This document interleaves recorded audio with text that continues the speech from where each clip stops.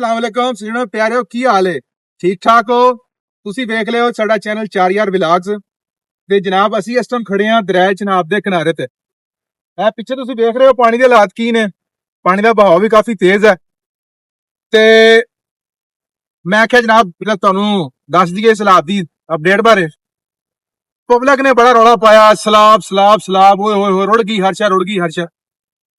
ਰੁੜਨ ਵਾਲੀ ਕਹਾਣੀ ਕੋਈ ਨਹੀਂ ਜੇ ਹੈਗੀ ਅਜੇ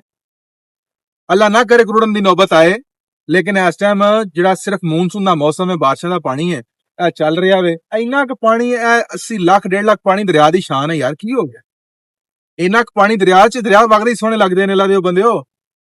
ਇਸ ਦਰਿਆ ਨੇ ਕਿੱਥੇ ਇੱਕ ਟਾਈਮ 'ਚ 8-8 9 ਲੱਖ ਪਾਣੀ ਬਰਦਾਸ਼ਤ ਕੀਤਾ ਇਹ ਤਾਂ ਕੁਝ ਵੀ ਨਹੀਂ ਹੈ ਯਾਰ ਅਜੇ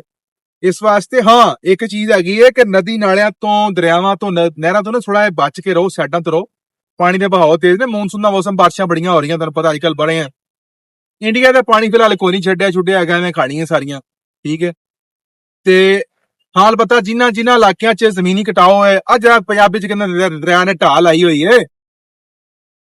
ਜਿਨ੍ਹਾਂ ਇਲਾਕਿਆਂ 'ਚ ਢਾਹ ਲੱਗੀ ਹੋਈ ਹੈ ਨਾ ਉਹਨਾਂ ਇਲਾਕਿਆਂ 'ਚ ਖਤਰਾ ਹੈਗਾ ਹੈ ਕਿਉਂਕਿ ਉਹ ਥੋੜਾ ਜਿਹਾ ਵੱਡ ਸੁੱਟੀ ਆਉਂਦਾ ਵੇ ਦਰਿਆ ਆਪਣਾ ਖਿੱਚੀ ਆ ਰਿਹਾ ਇਲਾਕੇ ਨੂੰ ਉੱਥੇ ਥੋੜਾ ਜਿਹਾ ਖਤਰਾ ਜ਼ਰੂਰ ਹੈਗਾ